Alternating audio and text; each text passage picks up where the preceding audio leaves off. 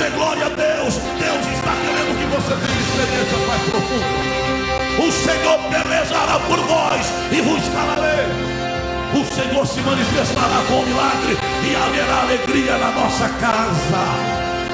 Há um Deus que se preocupa conosco, e é este Deus que eu louvo, é este Deus que eu glorifico. Boa noite, meu irmão, boa noite, minha irmã, que a paz do Senhor Jesus Cristo reine na sua vida. Estamos aqui mais uma vez para este contato de todas as noites com você e com a sua família, acreditando de maneira plena que Deus tem uma bênção para a sua vida através deste programa. Quero antecipadamente agradecer a sua audiência. Você que tem me acompanhado aqui todas as noites, a sua audiência tem enriquecido o nosso programa e tem nos dado um ânimo cada dia maior de continuarmos fazendo esse trabalho, de continuarmos realizando esta obra que é de Deus. Hoje você assistirá aí uma mensagem especial que foi pregada lá em nossa igreja, Assembleia de Deus do Ministério do Belém, que está na zona leste de São Paulo, lá na rua Coronel Rodrigues 441, na Vila Guarani. Aliás, eu estou esperando a sua visita lá, viu? Para você conhecer a nossa igreja, conhecer o nosso povo, conhecer o nosso trabalho. Uma igreja abençoada, uma igreja dinâmica, uma igreja viva. Você vai assistir hoje a mensagem pregada em Vila Guarani neste final de semana e você vai constatar e confirmar aquilo que eu estou dizendo aqui nestas rápidas palavras. Fique com o nosso programa. Deus tem algo bom para repartir conosco hoje, através da sua palavra. Até daqui a pouco, eu volto.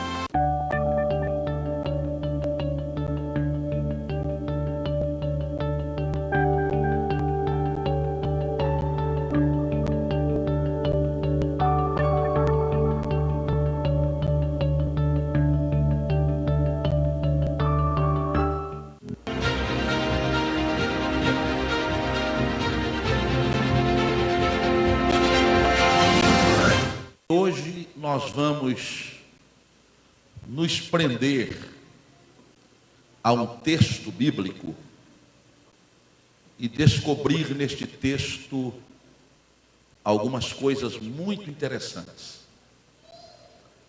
Evangelho segundo escreveu Marcos, capítulo 6, a partir do verso 45. Eu quero que vocês acompanhem a leitura comigo. Nós vamos estender a leitura até o verso 52. Amém? Quantos acharam Marcos 6? Digam amém. Verso 45. Vamos lá. Logo em seguida, obrigou os seus discípulos a entrar no barco e passar adiante para o outro lado, a Betsaida, enquanto ele despedia a multidão. E tendo-a despedido, foi ao monte para orar. Chegada a tardinha, estava o barco no meio do mar e ele sozinho em terra. E vendo-os fatigados a remar, porque o vento lhes era contrário, pela quarta vigília da noite foi ter com eles, andando sobre o mar, e queria passar-lhes adiante. Eles, porém, ao vê-lo andando sobre o mar, pensaram que era um fantasma e gritaram, porque todos ouviram e se assustaram. Mas ele imediatamente falou com eles e disse-lhes: tende bom ânimo, sou eu, não temais.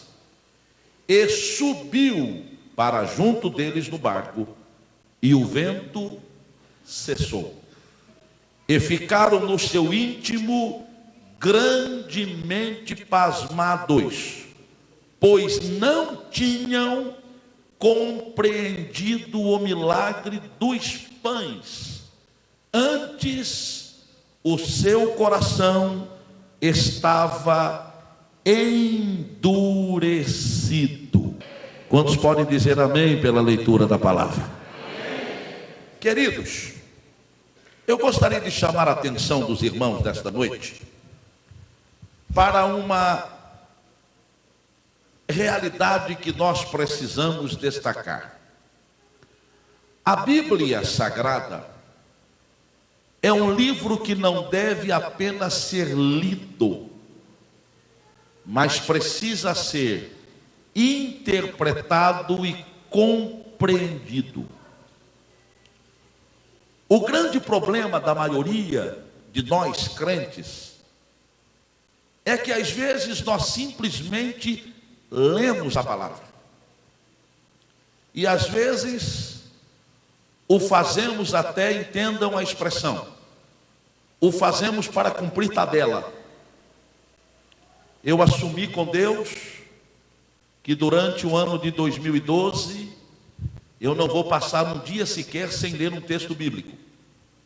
Então eu chego em casa 11 horas da noite, depois de um dia de trabalho, tomo o meu banho e antes de me deitar abro a Bíblia e leio um texto simplesmente para dizer: cumpri o compromisso.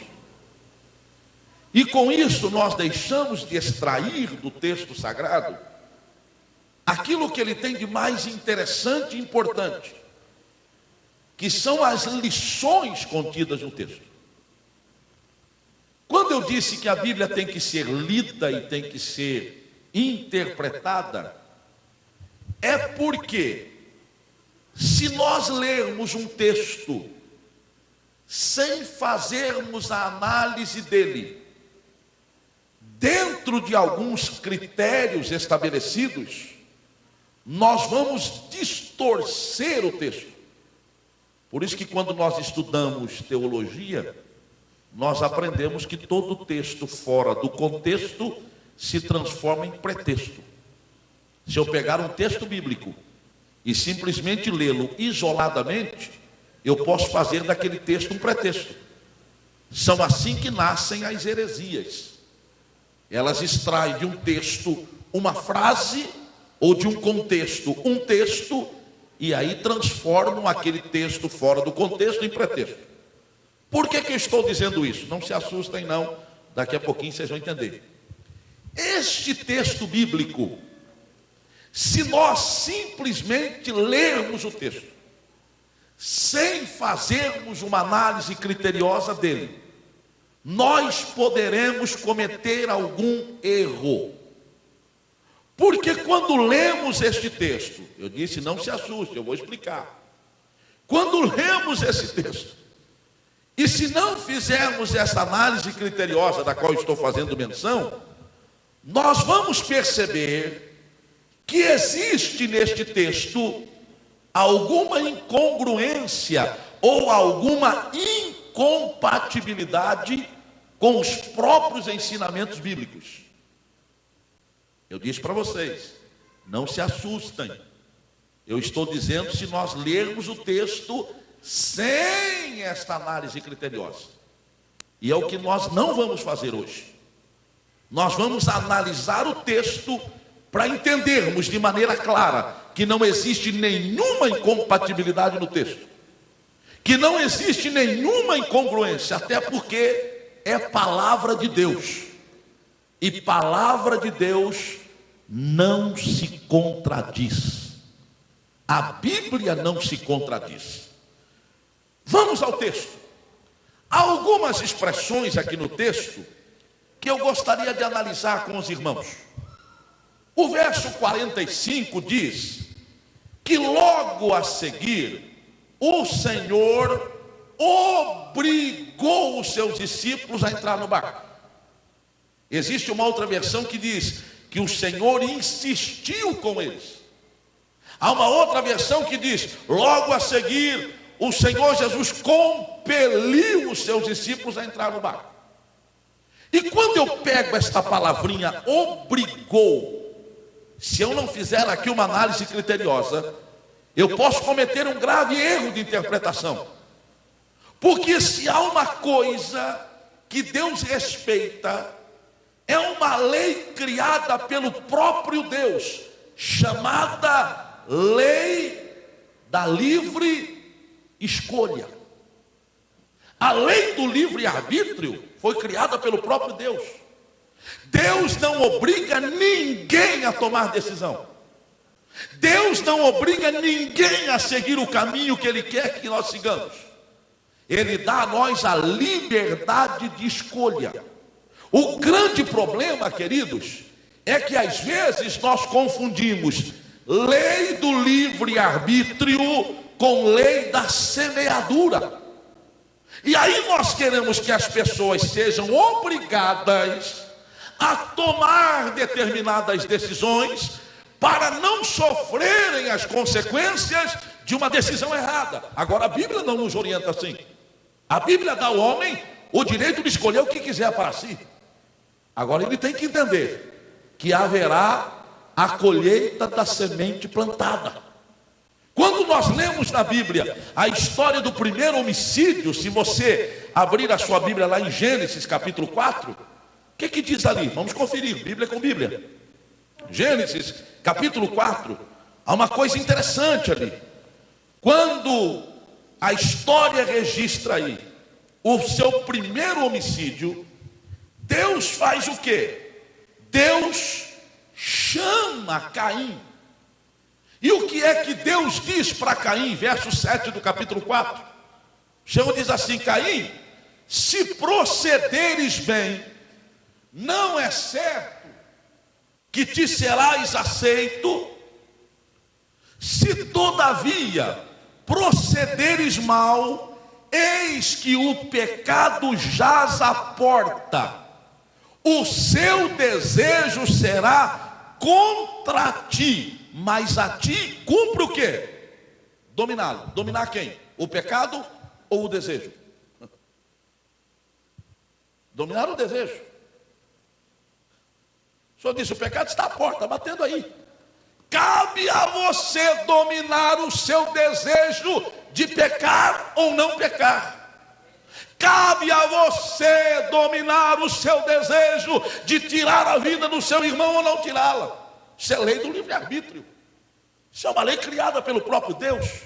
Há uma outra referência com relação ao que eu estou dizendo, se eu não estiver enganado, eu acho que é Deuteronômio capítulo 30.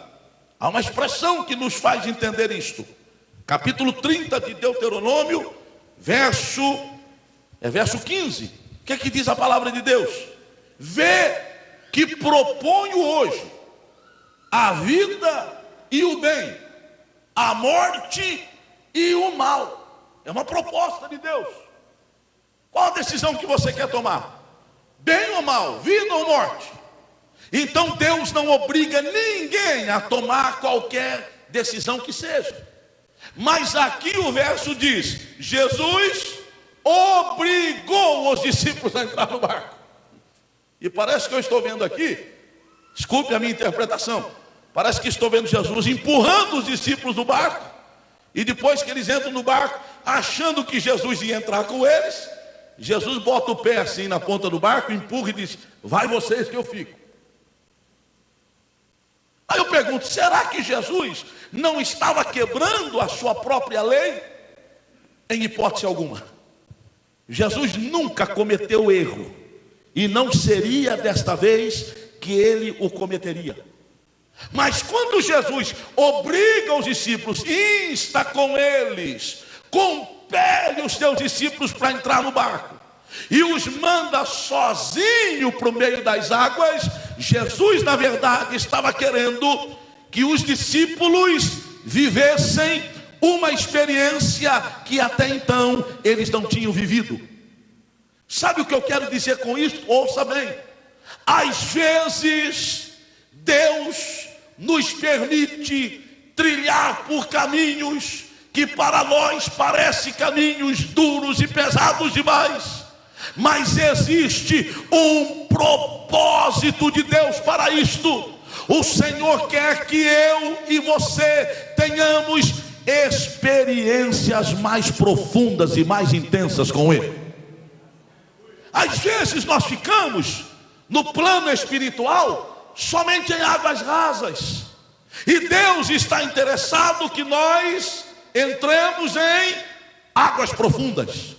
Quando Deus começa a tirar o povo do Egito, qual foi a primeira experiência que eles vivem? Depois que Faraó disse: podem ir, não vades muito longe, faz uma série de propostas para eles, né?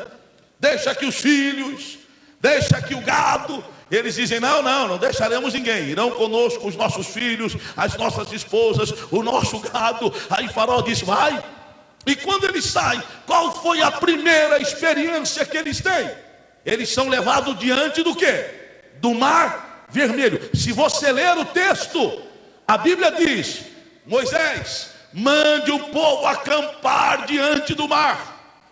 Lá em Piairote, diante de Baal-Zefon, assentareis o vosso acampamento. E eu, o Senhor, sabe o que eu vou fazer? Eu vou endurecer o coração de Faraó. Aí eu pergunto para Deus: que Deus é esse que permite que o povo saia, e quando o povo começa a sair, Deus impede o coração de Faraó, ou endurece o coração de Faraó? E o texto ainda diz: eu endurecerei o coração de Faraó para que vos persiga. Aí parece que estou vendo que Deus está levando o povo para a morte e não para a vida, mas Deus nunca cometeria isto. Quando o povo é colocado diante do mar, o Senhor disse: eu vou endurecer o coração de Faraó, mas tem um propósito: eu serei glorificado em Faraó, em seus cavalos e em seus cavaleiros. Tanto é que quando o exército de Faraó chega e o povo de Israel começa a instar e a questionar com Moisés, dizendo: porventura não havia sepulcros lá no Egito para que nós morrêssemos lá? Você nos traz aqui para morrer no lugar onde nem sepultura tem. Moisés foi falar com Deus, e o que Deus disse a Moisés: Moisés, aquieta o teu coração, manda ou diga ao povo que marche. Moisés: mas Senhor, marchar como? Diante de nós está o mar, atrás de nós vêm os egípcios, o exército de Faraó. O Senhor diz: Moisés, o que é que você tem na sua mão? Eu tenho uma vara, Senhor. Não foi esta mesma vara que se transformou em serpente? Portanto, estenda a sua vara, estai quieto e vede o livramento que o Senhor hoje vos fará, porque os egípcios que hoje vistes, nunca mais os vereis para sempre. O Senhor pelejará por vós e vos calareis. Meu amado, este é o interesse de Deus para conosco. Às vezes o Senhor nos coloca diante do mar, às vezes o Senhor manda o exército de Faraó para pisar no nosso calcanhar, às vezes Deus nos coloca no barco e nos empurra lá para o meio do mar, mas há um propósito de Deus para isto. Não questione, não murmure, não reclame, levante a sua cabeça, dê glória a Deus. Deus está querendo que você tenha experiências mais profundas. Queridos, entenda uma coisa, ouça aqui: para que a nossa voz seja ouvida, para que as nossas palavras tenham peso, nós precisamos calcar as nossas palavras e a nossa voz na experiência. Vocês já ouviram falar que a experiência fala mais alto? Não é isso? Quando você quer o conselho, você vai tirar o conselho com quem? Um garoto de 10 anos de idade? Com um adolescente de 13 ou 14 anos? Nada contra eles, oro por eles, mas qual é a experiência que eles têm para me aconselhar? Eu vou me aconselhar com um ancião, porque eu chego lá, eu tenho certeza que, independente do conhecimento empírico que ele tem o conhecimento calcado nas suas experiências. E aí o que acontece? Ele me dá a orientação que eu preciso. Vocês ouviram Paulo? Abra sua Bíblia em primeira carta de Paulo aos Coríntios, capítulo 1 e verso 17. O que Paulo disse aí, se eu não estiver enganado no texto? 1:17, de primeira carta de Paulo aos Coríntios. Paulo disse assim, olha a expressão de Paulo: porque não me enviou Cristo para batizar, mas para pregar o evangelho, não com sabedoria de palavras, para que se não anule o quê? A cruz de Cristo. Eu acho interessante ouvir Paulo dizer isso. Paulo, um homem criado aos pés de Gamaliel, formado dentro da cultura greco-romana, um homem extremamente sábio, ele vem querer me convencer que a mensagem dele não estava calcada em sabedoria. Aí eu olho para Paulo e disse: mas explica isso, meu querido irmão Paulo. Se nós tivéssemos aí uma outra versão deste texto, na Bíblia, na linguagem de hoje, este texto é apresentado mais ou menos assim: olha, Cristo me enviou não para batizar, mas para pregar o evangelho, e até a minha pregação parece pobre, porque eu não a recheio com palavras profundas. E sabe por que eu não faço isto? Por medo de diluir o poder grandioso que há na mensagem simples da cruz de Cristo. E sabe por que Paulo falou isso?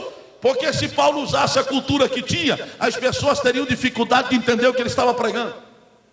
Mas Paulo dizia: não vou me preocupar em trazer palavras apoiadas na cultura greco-romana, mas eu vou apoiar a minha mensagem na experiência que tenho. E sabe qual é a experiência que eu tenho? Paulo dá demonstração desta experiência quando ele escrevia aos Gálatas, no capítulo 6 e no verso 17, ele dizia: quanto ao mais, ninguém me moleste, porque eu trago no meu corpo as marcas do Senhor Jesus Cristo. Paulo quer dizer o seguinte: a minha mensagem não está apoiada no meu conhecimento, mas está apoiada na minha experiência. Eu posso falar e falar com autoridade, porque eu tenho no corpo as marcas de Cristo. Estas marcas não eram, nunca foram uma referência à cultura greco-romana, na qual ele tinha sido formado aos pés de Gamaliel, mas eram as cicatrizes, literalmente falando, por causa dos sofrimentos dos perseguidores de Cristo. Paulo dizia: eu tenho no meu corpo estas marcas, e elas falam mais alto do que a minha voz. Eu glorifico a Deus nesta noite, porque as nossas experiências falam mais alto do que a nossa voz e do que o nosso conhecimento. Dá para dizer amém ou é difícil, meu irmão? Há um ditado que diz o seguinte: o que você é fala tão alto que eu não consigo ouvir o que você diz.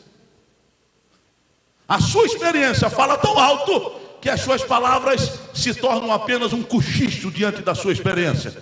Se você quer ter experiência, deixe-se ser orientado pelo Senhor Jesus Cristo. Se ele te colocar no barco e te empurrar lá para o meio do mar, não questione, diga: Senhor, eu irei. Eu sei que lá eu vou ter uma experiência sublime contigo. Se o Senhor me mandar para o deserto, a gente canta o hino 515 com toda a alma, né? Se lá para o deserto Jesus me quer mandar, mas na hora de ir ninguém vai, meu irmão. Se o Senhor mandar, eu irei, porque o Senhor não mandou ainda. E cuidado com cantar esse hino, que ele pode ouvir, meu irmão. E aí eu quero ver se você vai. Quando Deus nos coloca numa prova, quem é que gosta de estar na prova, meu irmão? Tem alguém aqui que gosta? Ninguém. Mas as provas são necessárias para que o nosso caráter seja aperfeiçoado.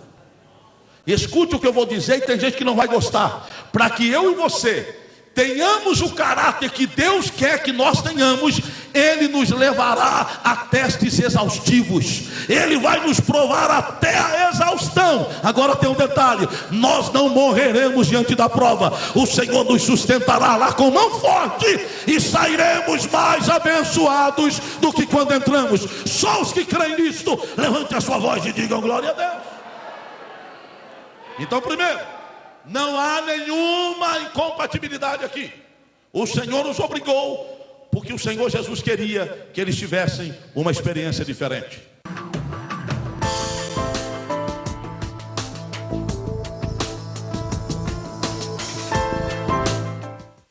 Esse programa é uma obra de fé. Nós não temos nenhum patrocínio desse programa, não temos nenhuma empresa que patrocina esse programa, não vendemos nenhum produto aqui, não temos nenhuma igreja, embora eu pastoreie uma igreja, não temos nenhuma igreja que banca esse programa, que pague esse programa. O que nós temos são pessoas voluntárias, com o coração aberto para a obra de Deus, que fazem aí a sua contribuição para que esse programa continue sendo exibido aqui todas as noites. E eu preciso da ajuda dessas pessoas. Eu sei que muitos irmãos, muitos amigos têm se levantado, têm se manifestado aí em todo o nosso Brasil, em especial aqui em São Paulo, na Grande São Paulo, dando a sua parcela de contribuição. E é esta parcela de contribuição que nos é enviada por pessoas que nos acompanham aqui todas as noites, que permite que esse programa seja levado ao ar. Eu preciso da sua ajuda. Você que me assiste agora, você que me acompanha todas as noites, que já constatou que esse trabalho é um trabalho sério. Nós não estamos aqui para tirar nada de ninguém, nem tampouco para fazer promessas que não podemos cumprir. Estamos aqui levando a palavra de Deus. Este é o interesse deste programa. Até porque, como eu disse no começo desta edição, a palavra de Deus é a fonte geradora de fé e de bênçãos para a nossa vida. É por isso que eu tenho gastado aqui a maior parte do nosso programa ministrando a palavra de Deus. Mas para que eu continue ministrando a palavra, eu preciso de pessoas como você que tem me ajudado e você que me assiste agora, que até esse presente momento não teve a oportunidade de colaborar com o nosso programa. Eu venho aqui humildemente pedir a sua colaboração. Se você sentir no coração, ore a Deus, peça ao Senhor que te oriente. Ele vai mostrar para você se o que eu estou dizendo é verdade ou não. Eu creio no Deus das revelações. Ele vai mostrar para você se o nosso trabalho é sério ou não. E uma vez que Deus mostra isso a você, venha e nos ajude. Envie aí a sua contribuição para a Associação Fé em Ação, a agência bancária Banco Bradesco, agência 6250, a conta é 71.000-8, Associação Fé em Ação. Envie a sua contribuição. Você pode fazer através da internet, você pode fazer através de uma transferência da sua conta para esta conta, você pode ir a uma agência bancária. Banco Bradesco tem em todo o Brasil, passa por lá, pode depositar no caixa eletrônico. Aquilo que você depositar servirá de bênção para a realização deste programa, para a continuidade deste projeto. Eu preciso de você. Se Deus tocar no seu coração, vá agora, entra lá na internet, faça a sua contribuição, a sua doação para a Associação Fé em Ação. Banco Bradesco, agência 6250, conta 71.000-8, 71.000-8, Associação Fé em Ação. Eu preciso da sua colaboração, eu preciso da sua ajuda. Meu querido irmão, minha querida irmã, Deus te abençoe. Foi bom tê-lo conosco aqui no nosso programa de hoje e eu espero lá a sua visita. A Assembleia de Deus do Ministério do Belém, que está na Vila Guarani. Eu espero você. Tenha uma boa noite de descanso, de um sono reparador e nunca se esqueça que nós somos mais do que vitoriosos em Cristo Jesus. Uma boa noite. Deus abençoe.